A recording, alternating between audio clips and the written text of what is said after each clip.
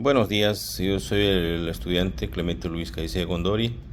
Yo voy a hablar de la introducción de la ley 439. Transforma realmente el derecho objetivo civil en Bolivia, destituyendo el modelo formalista y escrito por un paradigma contemporáneo basado en la oralidad, inmediación, concentración y saneamiento del oficio consagrado, el principio de la verdad material que se encuentra en el artículo 180 de la Constitución Política del Estado.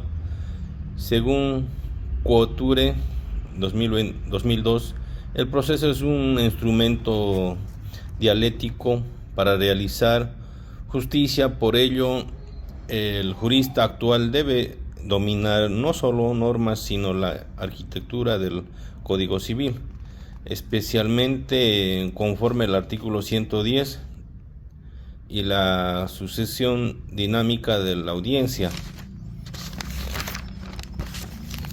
Y también voy a referirme a los objetivos de la investigación. Objetivo general: analizar integralmente la estructura y el artículo y el diseño procedimental de la ley 439, determinando reglas científicas para la redacción de escrito y postulación y la metodología de la litigación oral por audiencia. Y objetivos específicos también es esquematizar la división interna del código, libro, títulos y total de artículos, desglosar las reglas técnicas del artículo 110, trazar rutas secuencial del proceso, ilustrar un caso civil real. Eso sería mi parte, lo voy a pasar a mi colega. Análisis orgánico y estructural de la Ley 439. El Código Procesal Boliviano presenta una estructura científica dividida simétricamente en dos grandes libros, los cuales contienen 11 títulos distribuidos a lo largo de los 509 artículos. Además, las disposiciones transitorias, adicionales, de derogación y finales. Esta división sistemática organiza de forma lógica la parte general del proceso de la parte especial del desarrollo procedimental. Libro primero, disposiciones generales, que son del artículo 1 al 291. Define las reglas bases que se aplican a todo proceso civil en la parte dogmática. Título 1, disposiciones fundamentales.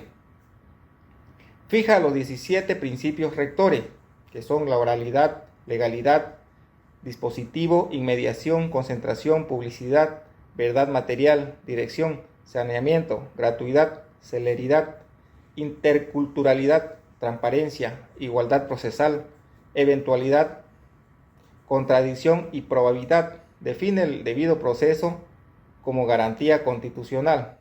Título 2. Autoridad judicial.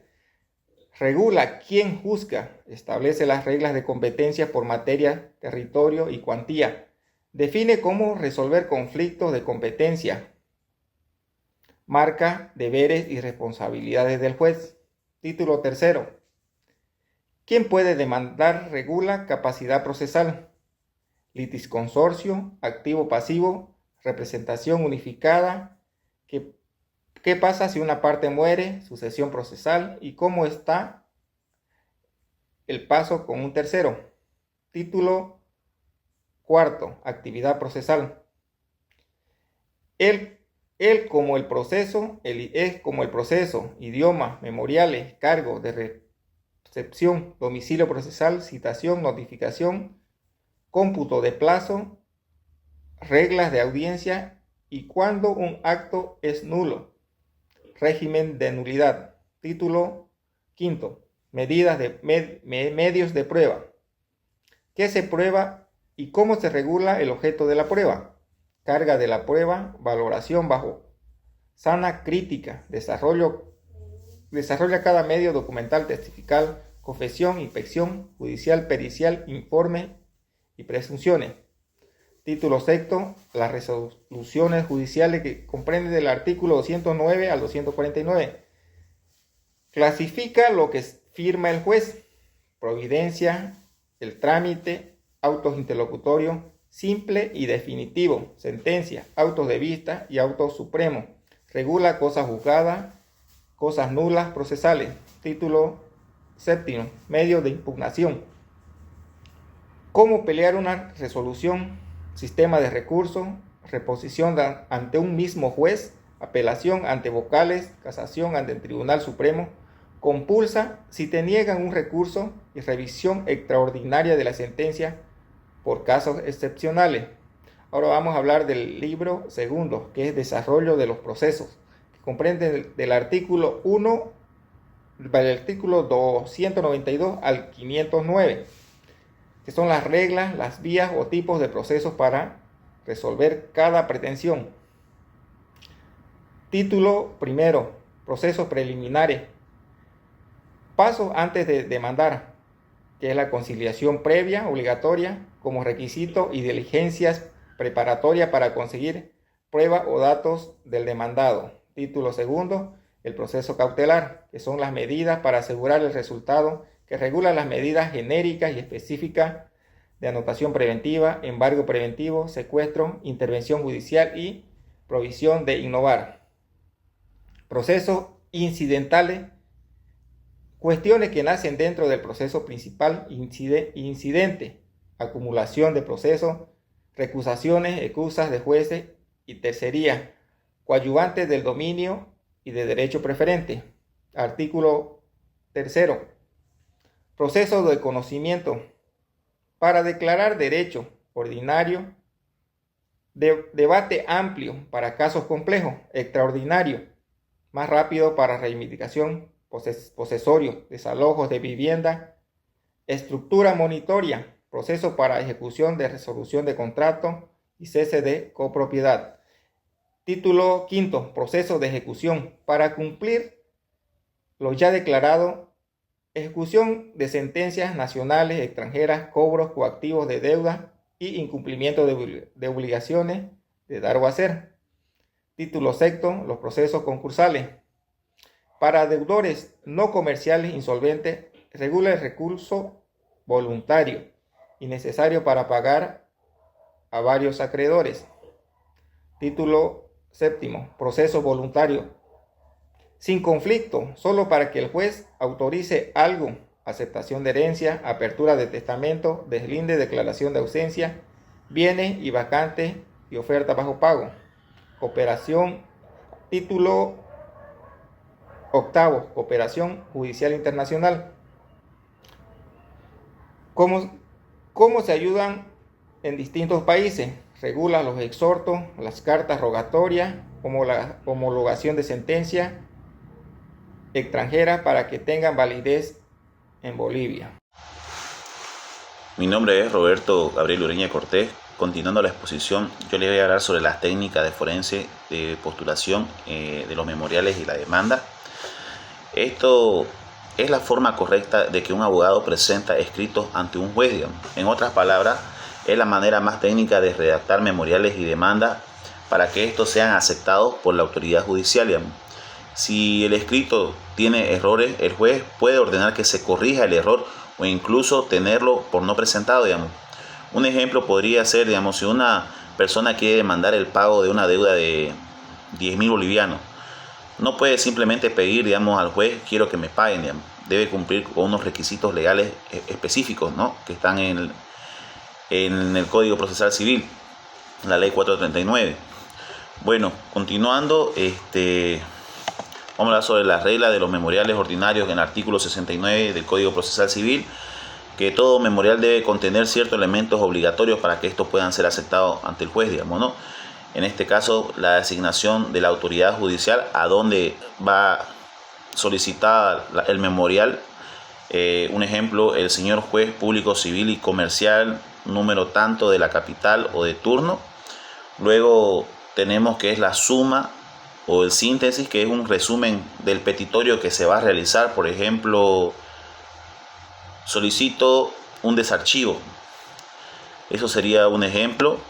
Luego están las generales de ley. Las generales de ley son la identificación de las personas, digamos, ¿no? Son los datos que llevamos en el carnet de identidad, digamos, ¿no? Por ejemplo, nuestro estado civil, nuestra nacionalidad, la ocupación, el domicilio real donde la persona vive, el número de carnet de identidad. Luego tenemos la fundamentación, digamos, que es donde se explican los hechos y las normas que respaldan la solicitud que está pidiendo, digamos, ¿no? Por un ejemplo, Juan prestó los 10.000 bolivianos a Pedro y no devolvió el dinero, digamos, en tal fecha acordada, digamos, ¿no? Luego tenemos el petitorio, que es donde se pide la solicitud, digamos, ¿no? Concreta ante el juez, digamos. Por ejemplo, solicito que se admita la presente demanda y se ordene el pago de la deuda. Luego tenemos, por último, que son las firmas, donde va la firma del demandante, la firma y el sello del abogado, ¿no? Luego está la demanda, tenemos la demanda civil,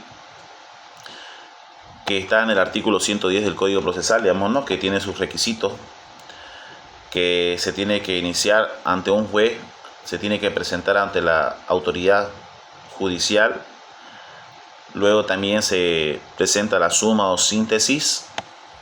Están los datos del demandante, los datos del demandado. Tenemos la identificación exacta del bien, la exposición clara de los hechos, la invocación del derecho, la cuantía, el petitorio y la firma, digamos. Luego, continuando la exposición, vamos a hablar sobre la relación de los hechos. Es uno de los aspectos más importantes de la demanda. No se trata de contar una anécdota, sino que debe presentarse únicamente los hechos jurídicamente más relevantes, digamos, ¿no? Un ejemplo sería el 15 de marzo del año 2025, el demandado suscribió un contrato de préstamo por 10.000 bolivianos, digamos, ¿no? Se debe especificar concretamente y claramente los datos en los que se ha dado la fecha, el monto, explicar específicamente los relatos de los hechos que pasaron. Luego está la innovación del derecho, que es aquí donde el abogado demuestra, ¿no?, que la ley 439 del Código Procesal Civil, digamos, mostrar los artículos que defiende, digamos, ¿no? Luego está el ofrecimiento de prueba, digamos, que está en el artículo 112 del Código Procesal Civil, digamos, que toda demanda debe ser acompañada sobre pruebas, digamos, ¿no? El demandante tiene la obligación de presentar las pruebas documentales que se inició en el proceso. Por ejemplo, un contrato donde indique que Juan le prestó a Pedro los 10.000 bolivianos. Debe haber un documento donde indique que esa persona le dio esa plata. Entonces, como tipo de pruebas tenemos las pruebas, por ejemplo las documentales, que eran los contratos que estaba explicando. También puede ser recibo del monto de dinero que se le ha dado o que el demandante ha ido pagando, factura, certificado.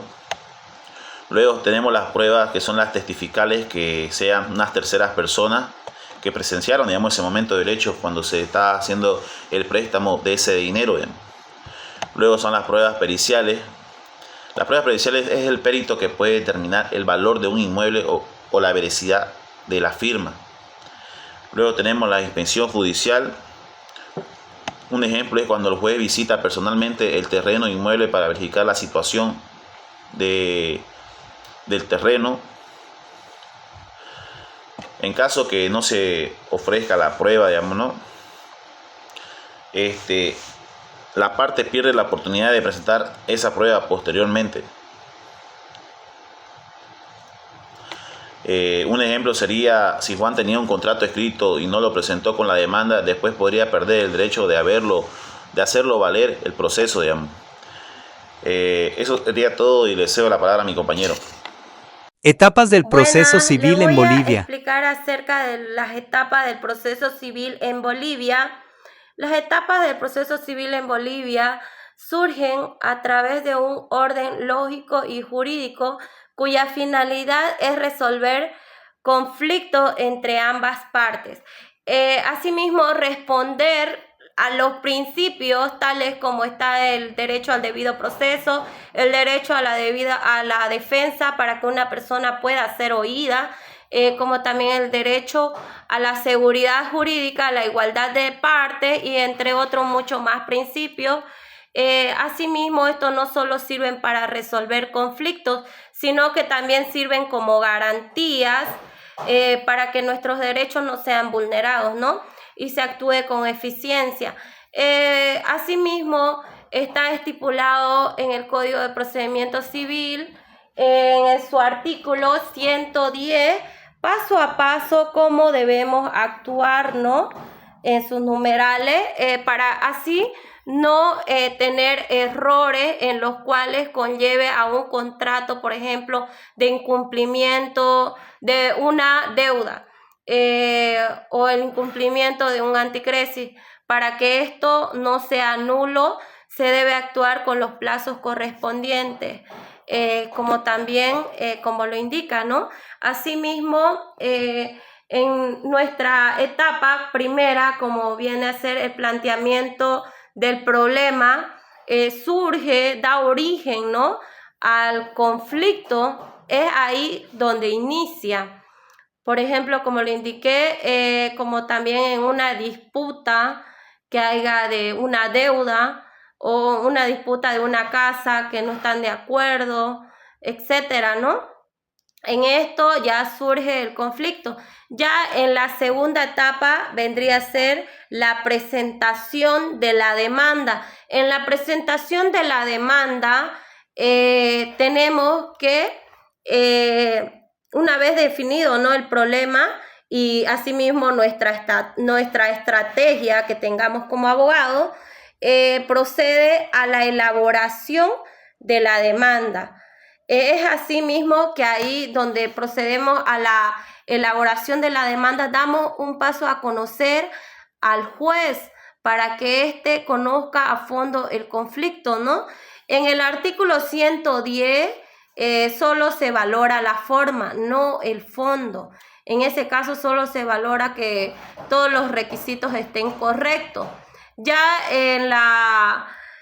posteriormente, en lo que viene a ser la presentación de la demanda, ya se presenta la admisión de la prueba.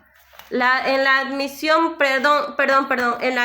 de la demanda ya se presenta, en esa etapa vendría a ser que el juez da un control legal, es decir, él verifica que todos estos requisitos estén correctos y da un auto de admisión en lo cual él va a dar inicio al proceso judicial para que esto se conlleve. En la cuarta etapa ya vendría a ser lo que sería la citación, que eso posteriormente lo van a explicar.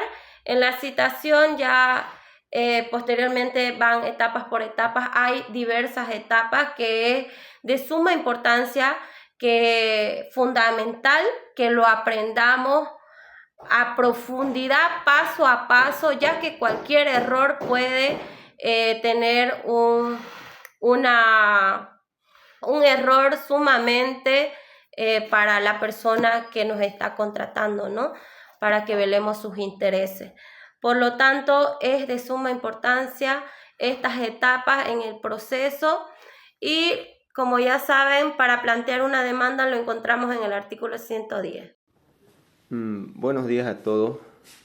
Continuando con la defensa, continuando con el tema expuesto, le voy a hablar un poco acerca de la citación con la demanda. Como bien sabemos, luego de la admisión de la demanda, se procede a la citación del demandado. Este acto procesal tiene como finalidad notificar de manera formal a la otra parte sobre la existencia del proceso en su contra, permitiéndole conocer el contenido de la demanda. Esto quiere decir que ejerce su derecho a la defensa. La citación es un elemento esencial dentro del proceso civil, ya que garantiza el respeto al principio, de lo contrario permitiendo que ambas partes puedan participar de igualdad de condiciones. Bueno, después le voy a hablar un poco acerca de la contestación de la demanda. Esto quiere decir, una vez el demandado ha sido debidamente citado, cuenta con un plazo legal para responder a la demanda. Esta respuesta se conoce como contestación de la demanda y constituye una manifestación al derecho de la defensa. En esta etapa el demandado puede adoptar diversas disposiciones procesales, como ser negar los hechos expuestos por el demandante, aceptar total o pericialmente la prestación, presentar excepciones o interponer una reconvención. Cada una de estas respuestas tiene consecuencias jurídicas importantes, ya que influyen en el desarrollo del proceso y la forma que se disolverá el conflicto.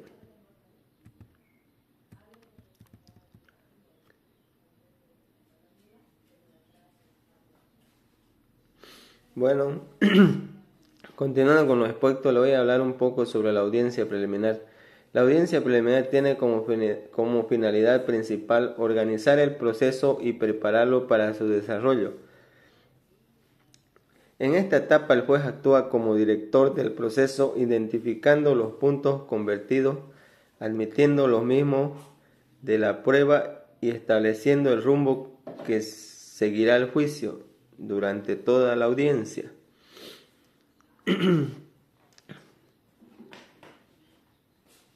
También se puede promover la conciliación entre las partes. Mayormente esto se lo ve, mayormente en materia civil existen lo que es las conciliaciones, así para no llegar al juicio.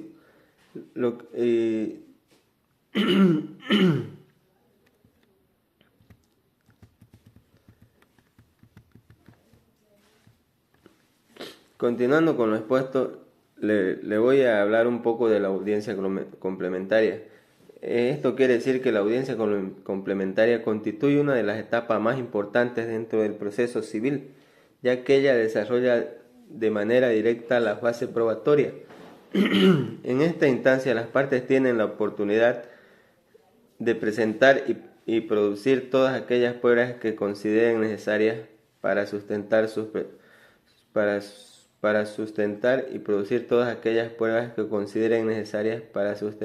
prestaciones y argumentos. Esto quiere decir que en la audiencia complementaria ambas partes tienen que presentar todas las pruebas contundentes.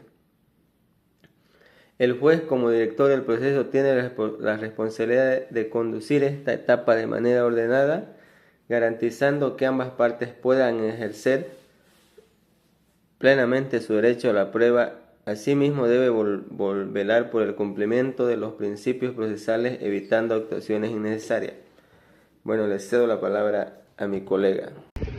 Bueno, le voy a explicar sobre qué es la sentencia.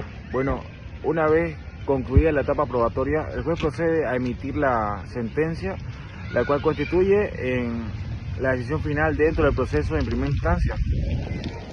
A través de esta resolución se resuelve el conflicto planteado por las partes, determinando quién tiene la razón conforme a los hechos probados y a la normativa aplicable. Bueno, la sentencia, como puedo explicarla, no solo debe establecer una conclusión, sino que también debe estar debidamente fundamentada. Esto implica que el juez debe explicar de manera clara con las razones jurídicas que sustentan su decisión. Bueno, en este caso, analizando las pruebas presentadas, podemos hablar que aplicando las normas correspondientes al caso, además la sentencia también debe ser coherente y precisa, estableciendo la forma concreta de las obligaciones que deben cumplirse, ya sea el pago de una deuda, el cumplimiento de un contrato o cualquier otra medida necesaria para resolver el conflicto. Bueno, esta etapa también representa el resultado de todo el proceso judicial. Eso quiere decir, ya que en ella se materializa la función jurisdiccional del Estado. Es una sentencia bien fundamentada, no solo resuelve el caso, sino que también genera seguridad jurídica y confianza en el sistema judicial. Es importante señalar que la sentencia debe ser favorable o desfavorable para las partes, dependiendo de la valoración de los hechos y del derecho aplicado. Sin embargo, su emisión no siempre implica el cierre definitivo del conflicto, ya que existen mecanismos legales para su revisión. Y explicando un poco de los recursos, una vez dictada la sentencia, las partes cuentan con la posibilidad de interponer recursos legales si consideran que la decisión no ha sido correcta, ya sea por errores en la evaluación, en la valoración de las pruebas, en la interpretación de la ley o en el procedimiento seguido. Los recursos constituyen mecanismos de impugnación que permiten revisar las decisiones judiciales, garantizando una mayor protección de los derechos de las partes. A través de la apelación se busca que una autoridad jerárquicamente superior revise tanto los hechos como la aplicación del derecho realizada por el juez de primera instancia. Esto permite corregir posibles errores y asegurar que la decisión final sea justa para ambas partes. Además, la apelación, existen otros recursos previstos por la normativa, los cuales pueden aplicarse según el caso, y la existencia de estos mecanismos fortalecen el sistema judicial, ya que permite un control sobre las decisiones adoptadas. Buenos días, doctor. Buenos días a todos los presentes. Bueno, yo voy a continuar con la exposición y les voy a hacer un análisis pormenorizado de las fases del proceso ordinario. Entre las fases del proceso ordinario tenemos el planteamiento del conflicto y conciliación previa, el auto de admisión, la citación, la contestación, excepciones y la reconvención. En cuanto al planteamiento del conflicto y conciliación previa, que se encuentra regulado en el artículo 292 de nuestro Código Procesal Civil, este nos dice que es de carácter obligatorio que todo proceso ordinario debe estar precedido por una audiencia de conciliación prejudicial. Esta audiencia está dirigida por el conciliador del juzgado. Esto es con el fin de promover una cultura de paz entre las partes. Si es que se llega a un acuerdo parcial o total, se tiene que elaborar un acta con valor legal de cosa juzgada. Y si en el caso no se da un acuerdo, también se pide un acta de incomparecencia para habilitar la demanda. Luego, en el auto de admisión, que se encuentra regulado por el artículo 363, parágrafo 2, nos dice que el juez examina de oficio el memorial de la demanda y dicta providencia admitiendo la misma, ordenando se corra en traslado al demandado y se habilite la citación de ley. Luego está la citación. Esta citación está regulada en el artículo 74 y 75 de nuestro Código Procesal Civil, en el cual este es un acto procesal de comunicación mediante el cual se pone en conocimiento del demandado la existencia de la acción, es decir, se pone en conocimiento del demandado que existe una acción en contra de él. Esta citación es dirigida por el oficial de diligencia, el cual es el encargado de ejecutar de forma personal en manos del demandado, y si es que no se encontrara al demandado, esta se debe emitir previo aviso correspondiente con croquis y fotografía para proceder a la citación cedular en el inmueble, bajo sanción de nulidad absoluta en caso de fraude procesal, como lo estipula el artículo 128 de nuestro Código Procesal Civil. Luego tenemos la contestación, excepciones y la reconvención, los cuales están estipulados en el artículo 125, 128 y 130 del Código Procesal Civil, en el cual nos dice que el demandado tiene plazo perentorio de 30 días hábiles para contestar la demanda. Sus actitudes jurídicas admisibles son el allanamiento, contestar negativamente y la reconciliación o la reconvención. En cuanto al allanamiento, el cual está regulado por el artículo 127, reconoce el derecho del actor dando lugar a sentencia inmediata.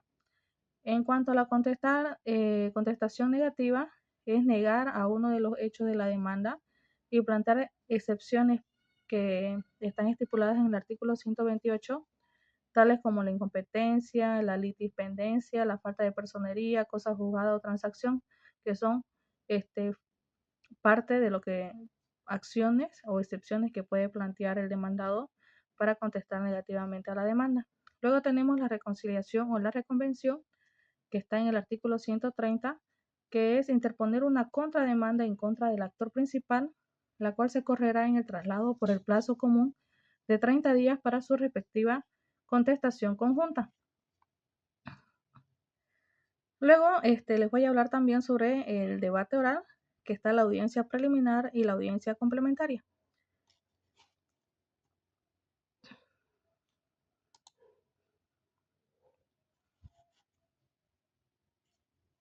La audiencia preliminar, que está regulada por el artículo 366 de nuestro Código Procesal Civil,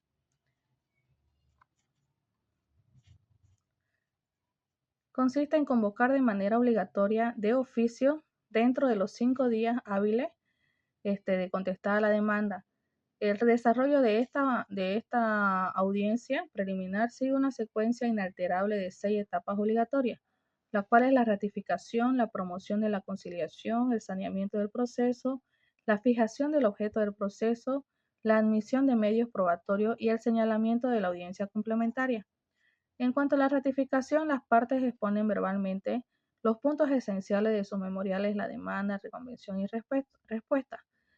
En cuanto a la promoción de la conciliación, es cuando el juez tiene el deber de instar a las partes a encontrar una solución de mutuo acuerdo intraprocesal.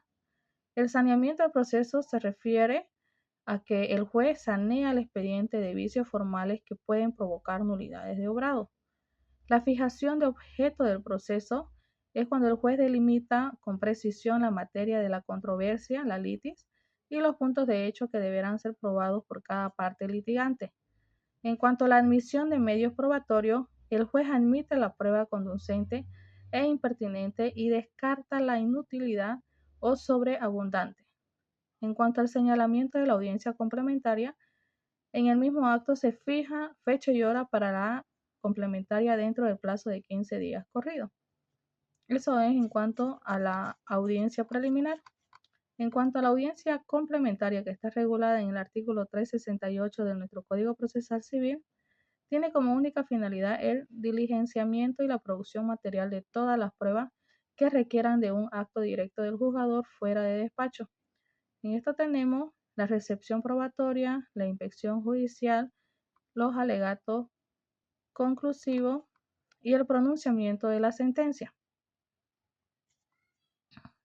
En cuanto a la recepción probatoria, se toma la declaración de los testigos ofrecidos, se absuelve la confesión provocada de las partes, se expone y se aclara el dictamen por parte del perito y se da lectura a los informes periciales. En cuanto a la inspección judicial, el juez asiste personalmente al lugar del litigio si el caso lo requiere, como lo estipula el artículo 187 de nuestro Código Procesal Civil. Los alegatos conclusivos es la producción de la prueba. El juez concede la palabra a los abogados de las partes por un tiempo prorrogable de 10 minutos para que presenten sus argumentos finales de forma oral conforme al hito del Auto Supremo 54-2020, que nos dice omitir la concesión de los alegatos en audiencia vulnera el derecho a la defensa y provoca la nulidad insanable del debido proceso. Y luego tenemos el pronunciamiento de la sentencia, en cual el juez debe dictar la sentencia de forma oral en la misma audiencia, pudiendo diferir de manera excepcional su fundamentación escrita por un plazo máximo de 20 días si la complejidad del caso lo amerita. Luego tenemos los recursos impugnatorios admisibles en el proceso ordinario. Nuestra ley número 439, que es nuestro Código Procesal Civil, determina de forma taxativa el catálogo de recursos que las partes procesales pueden plantear en cuanto a la causa preordinaria. Tenemos el recurso de reposición, el recurso de apelación y el recurso de casación o nulidad. El recurso de reposición, que está regulado en el artículo 253 de nuestro Código Procesal, procede contra providencias de mero trámite y autos interlocutorios simples para que el juez de la causa revoque o modifique su resolución por contrario imperio. se interpone verbalmente en audiencia o por escrito en el plazo de 3 días fuera de ellas. En cuanto al recurso de apelación estipulado en el artículo 256, este es el medio de impugnación ordinario por excelencia para habilitar la segunda instancia, que es el Tribunal Departamental de Justicia. Contra las sentencias dictadas en el proceso ordinario civil, se interpone en el efecto suspensivo en el plazo improrrogable de 10 días hábiles desde su legal notificación. Y luego tenemos el recurso de casación o nulidad estipulado en el artículo 270 de nuestro Código Civil, que procede contra los autos de vista dictados por las salas civiles de los tribunales departamentales para su revisión ante el Tribunal Supremo de Justicia, que se encuentra en Sucre, por infracción o mala aplicación de la ley sustantiva, o por quebrantamiento de formas esenciales del debido proceso, interponiéndose en el plazo de 10 días hábiles, como lo estipula el artículo 273 de nuestro Código. Esto es en cuanto a mi participación en la exposición. Mi nombre es Denny Mariel Flores Beizaga. Gracias. La exposición voy a hablar sobre el caso práctico real como ejemplo forense, que es el análisis de la sentencia constitucional plurinacional 0073/2013. Bueno, a efectos de ilustrar de forma práctica la aplicación de las instituciones procesales analizadas, se presenta el estudio científico y permanentizado de un litigio real resuelto en la vía ordinaria de reivindicación al departamento de Cochabamba, el cual culminó en una resolución hito por parte del Tribunal Constitucional Plurinacional. Bueno, en los antecedentes del litigio civil de reivindicación tenemos primero el proceso de origen, que es una demanda ordinaria de reivindicación y restitución de bien inmueble. El objeto de la controversia es un lote de terreno rústico denominado Quiñiloma, asignado como el lote número 1, con una extensión superficial de 420 metros cuadrados, ubicado en la zona Santa Veracruz, del distrito 8 de la ciudad de Cochabamba. Bueno, la parte demandante y tercero interesado, la señora Juana Terraza de Sánchez, Encarnación Terraza Rodríguez y Sebastián Terraza León. El fundamento de la acción es el derecho propietario inscrito en el registro de derechos reales en fecha 19 de septiembre de 1997, emergente de una declaratoria de herederos vía voluntaria. La parte demandante es la señora Mercedes Siles de Barrio Nuevo. Su postura es, al contestar la demanda, la señora Siles alegó encontrarse en el bien únicamente en calidad de inquilina, omitiendo deducir de forma oportuna excepciones previas o de fondo. La intervención de terceros excluyentes, el señor Celestino de Escalera Ochali y Emilio Delgado, plantearon una terciaria de domicilio excluyente donde sostuvieron que el predio Quiñiloma había sido revertido al Estado en el ámbito agrario mediante sentencia agraria del 7 de julio de 1989 y resolución ministerial 18/89, obteniendo ellos la dotación legal y constituyente, emisión de títulos escritoriales inscritos el 29 de junio de 1999 con autoridad del registro de la declaratoria de herederos de la señora Terrazas. Y la resolución primera de instancia, en fecha 30 de abril de 2007, el juez del partido sexto en lo civil de Cochabamba pronunció la sentencia número 58 declarando probada la demanda ordinaria de reivindicación y ordenando a la demandante Mercedes Siles de Barrio Nuevo a restituir el bien en el plazo de 15 días bajo apercibimiento de expedirse mandato de desapoderamiento. Luego de esto tenemos el trámite de ejecución, incidentes y vía de apelación ordinaria. Una vez declarada ejecutoria formalmente la sentencia civil de reivindicación en fecha 23 de mayo del 2007, se inició una compleja fase incidental y ejecución del fallo. Primero se hizo el rechazo de tercería. El auto del 18 de julio de 2006, la primera instancia que declaró improbada la tercería de dominio excluyente formulada por Celestino de Escalera y Emilio Delgado, fue confirmada alzada mediante el auto de vista el 29 de febrero del 2008, dictado por la Sala Civil Segunda de Cochabamba al haberse desestimado la preferencia del título agrario en esa vía adjetiva civil. Luego tenemos el incidente de nulidad de la demanda. La demandada Mercedes Siles planteó un incidente de nulidad de obrados en ejecución de sentencia, el cual fue denegado por el juez de origen mediante el auto 23 de octubre de 2007. Luego está la aplicación legal del desapoderamiento contra terceros. Al resolver el incidente anterior, el jugador de manera perceptiva y de oficio combinó a la señora María Luz Barrionuevo Siles, hija de la demandada, a cualquier otro ocupante a restituir el inmueble en 15 días bajo combinatoria de desapoderamiento, ampliando los efectos de sentencia en un tercero que jamás fue demandado ni citado con la acción reivindicatoria original del 2003. Luego tenemos la oposición del desapoderamiento.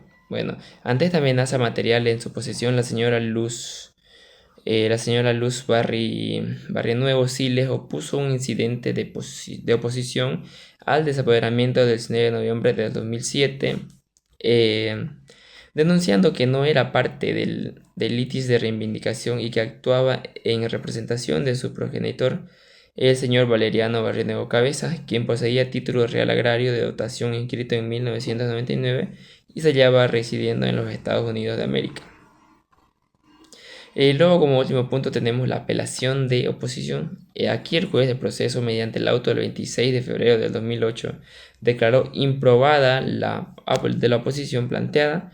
Al apelarse esta resolución incidental, la Sala Civil Segunda del Tribunal Departamental de Justicia de Cochabamba, por auto de vista y 6 de diciembre de 2011, confirmó plenamente el fallo del inferior autorizado a la encomendatoria de entrega bajo apercibimiento de lanzamiento y desapoderamiento material. El 21 de mayo de 2012 se ordenó la notificación definitiva para ejecutar el mandamiento contra la señora Luz Barrientos Siles. Bueno, eso es mi punto.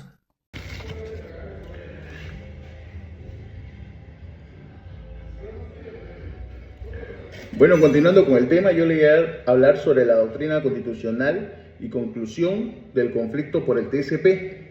Ya vamos a analizar la sentencia constitucional plurinacional 0063, quebrado 2013, y sus aplicaciones en el proceso civil boliviano.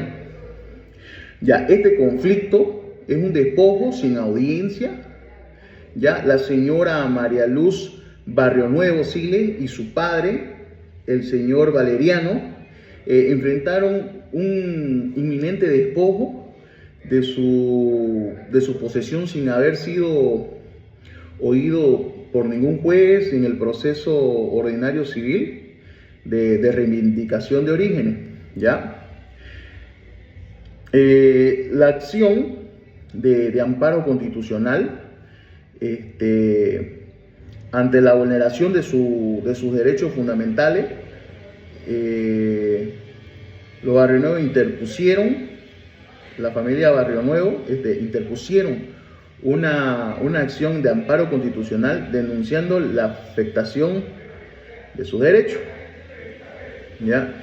El fallo del TSP tiene fecha del 11 de enero del 2013 y su resolución es una revocación parcial de la resolución del Tribunal de Ganancias de Cochabamba, de Garantías de Cochabamba. Y bueno, el resultado da la tutela concedida a favor de María Luz Barrionuevo Siles.